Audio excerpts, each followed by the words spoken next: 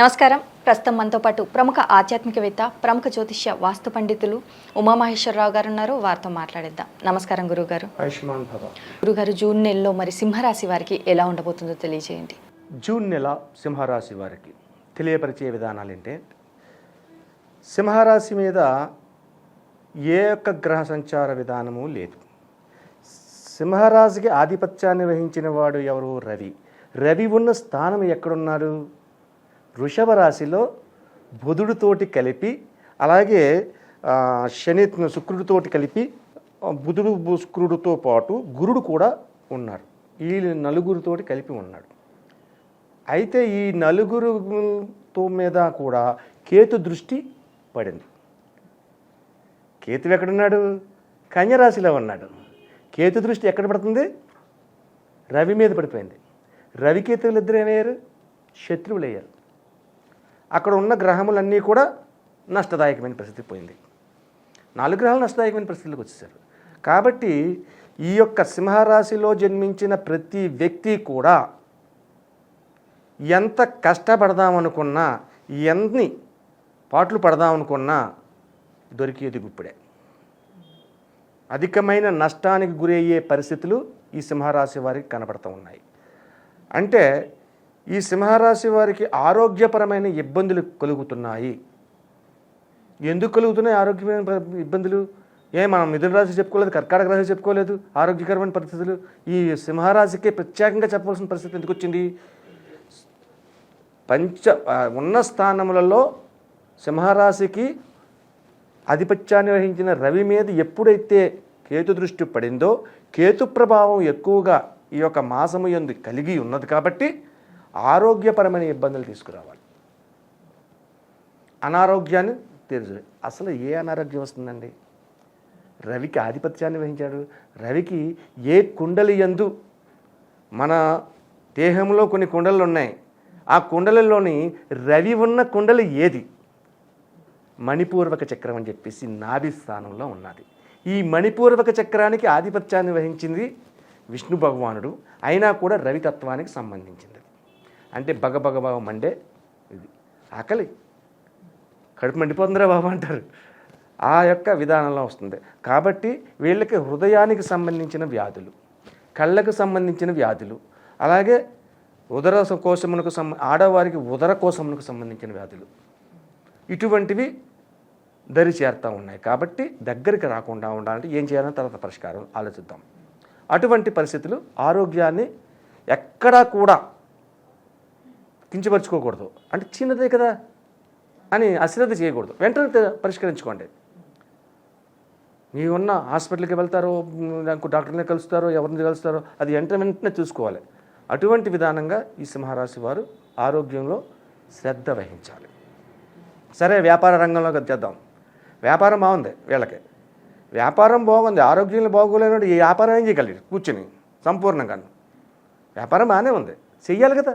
షాపుకి వెళ్ళాలి, షాపు తెరవాలి, అక్కడైతే కూర్చుని అది అమ్ముకోవడం, తెచ్చుకోవడం ఏదో ఉంటాయి, అవన్నీ చేసుకోవాలి. వీడికి ఆరోగ్యమే సరిగ్గా లేదు అనే పరిస్థితి వస్తే ఇది సంపూర్ణంగా చేయలేడు. చేస్తే సంపూర్ణత్వం వస్తుంది, చేయకపోతే ఏమీ లేదు. చేయడం చేయకపోవడం మీ యొక్క విధానాన్ని బట్టి ఉంటుంది.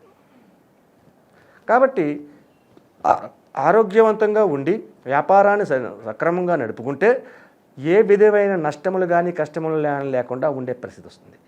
విద్యార్థులకు ముఖ్యంగా చెప్పబడిన సింహరాశిలో ఉన్న విద్యార్థులు ర్యాంకులు సంపాదించవచ్చు, అన్నీ చేయవచ్చు. కానీ ఈ యొక్క రాశి వారికి వాహన యోగములు, వాహన గండములు కలిగి ఉన్నాయి. అంటే మీరు నడిపే వాహనం ఏదైతే ఉందో అతివేగం ప్రమాదకరము అని ఊహించుకునే వెళ్ళాలి. ఏమండి, మేము జాగ్రత్తగానే వెళ్తాం, ఈ ఎదుటివాడు కుద్దేస్తే మమ్మల్ని ఏం చేయాలి? నిజమే, అది కూడా చూసుకోవాలి. ఈ యొక్క నెలలోని ఈ యొక్క సింహరాశి వారికి వాహన ప్రమాదములు ఉన్నాయి. అలాగే మిగతా అన్ని రంగముల వారికి కూడా ఈ యొక్క రాశి వారికి అధికమైన కష్టము పొంది, పెద్ద కష్టం పొంది చిన్న ఫలితాన్ని పొందగలుగుతున్నారు. ఇటువంటి ఫలితాన్ని పొందుతున్న విధానంలో ఏ పరిహారం చేస్తే నష్టదాయకమైన ఫలితములు కాకుండా శుభదాయకమైన ఫలితాలు పొందుతారు అన్నది చూస్తే, పరిహార విధానం కంటే ఇంకొక విషయం కూడా చెప్పుకోవాలి. భార్యాభర్తల గురించి చెప్పాలి. ఇక్కడ భార్యాభర్తల మధ్యన ఇది ఎలా చెప్పాలి, భాషకి భావనకి భాష అందట్లేదు. ఒక భార్య ఉంది, భార్య తరపు వారు ఉంటారు. భార్య తరపు బంధువుల్ని దూషించకూడదు. భర్త అన్నవాడు కించపరిచి మాట్లాడకూడదు. చాలా జాగ్రత్తగా మాట్లాడండి. భార్య తరపు బంధువులు ఎవరైనా సరే, అన్నదమ్ములు అవ్వచ్చు, అక్క చెల్లెళ్ళు అవ్వచ్చు, తల్లిదండ్రులు అవ్వచ్చు, ఎవరైనా సరే, ఆమె బాబా ఏం పెట్టాడేటి అనకండి. అబ్బా మా మాంగ చాలా మంచివాడు అని పొగుడుతూ ఉండాలి. అలాగే భర్త తరపు బంధువులని భార్యలు, సింహరాశి వారికి ముఖ్యంగా పొగుడుతూ మాట్లాడాలి, కానీ కించపరుస్తూ మాట్లాడకూడదు. ఇటువంటి విధానాలు వస్తే వీళ్ళు విడిపోవడానికి ఎక్కువ ఆస్కారం ఉంది. బంధం విడిపోతుంది ఈ యొక్క సింహరాశిలో ఉన్న వారికి. కాబట్టి దీనికి కూడా కారణం కేతు ప్రభావమే. కేతు గ్రహము రవి మీద దృష్టి వల్ల జరుగుతుంది. కాబట్టి ముఖ్యంగా ఇది ఇలా చేసుకోవాలి. ఇక ఇటువంటి దోషములన్నీ నెరవేరకుండా, దగ్గర రాకుండా ఉపయోగకరమైన భావాలు పొందడానికి ఈ సింహరాశి వారు చేయవలసిన పరిహారములు: శ్రీ లక్ష్మీ నరసింహస్వామి దేవాలయానికి వెళ్ళండి. లక్ష్మీ నరసింహస్వామి దేవాలయంలో 5 కొబ్బరికాయలు ఇవ్వండి. 5 కొబ్బరికాయలు ఇచ్చిన తర్వాత భార్యాభర్తలు ఇరువురు వెళ్ళండి. అక్కడ లక్ష్మీ నరసింహస్వామి దేవాలయంలోని ఒక దండం ఉంటుంది పూజారి దగ్గర. ఆయన తట్టాలి ఇప్పుడు మీద, అంటే సర్వరోగ నివారణ జరిగే దండం అది. సర్వదోష నివారణ జరిగేది. ప్రేత పిచాచాలు కూడా పారద్రోలే దండం అది. ఆయన కొట్టకపోయినా మీకు చెప్పించైనా సరే ఆ దండాన్ని ఎన్ను మీద తాకించుకోవాలి.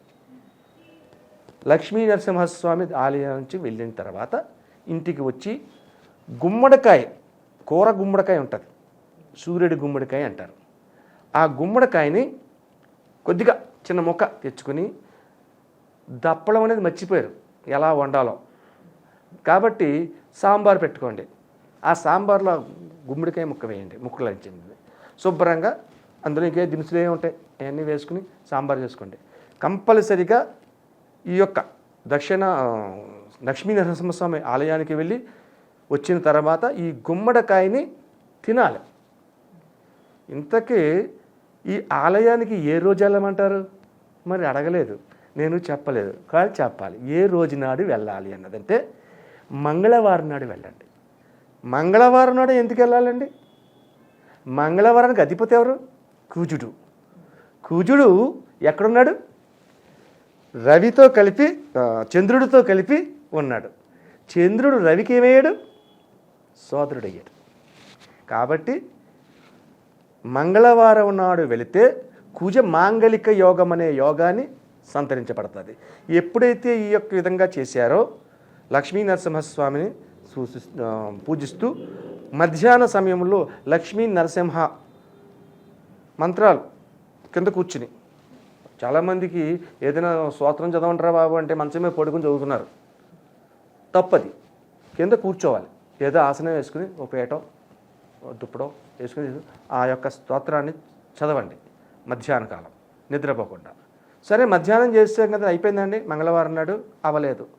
సాయం సంధ్యా సమయంలో మళ్ళీ అమ్మవారి గుడికి వెళ్ళండి. లక్ష్మీ నరసింహస్వామి దగ్గరికి వెళ్ళారు పొద్దుట, సాయం సంధ్యా సమయంలో అమ్మవారి గుడికి, లక్ష్మీదేవి కానీ లేకపోతే పార్వతీమాత కానీ ఏదో చోటకి వెళ్ళి దర్శించుకుని నమస్కరించుకోండి. ఎప్పుడైతే ఈ విధంగా చేస్తారో ఈ సింహరాశిలో ఉన్న వారికి అనుకూలవంతమైన పరిస్థితులు వస్తాయి. ప్రతి వారు కూడా శోభితమానంగా విరాజిల్లుతూ ఉంటారు. అలాగే గురువు గారు, సింహరాశి వారికి జూన్ నెలలో ఎలా ఉండబోతుంది, అలాగే వీరు పాటించాల్సిన పరిహారాలు ఏంటి అనేసి చాలా చక్కగా వివరించారు. ధన్యవాదాలు. ఆయుష్మాన్ భవ.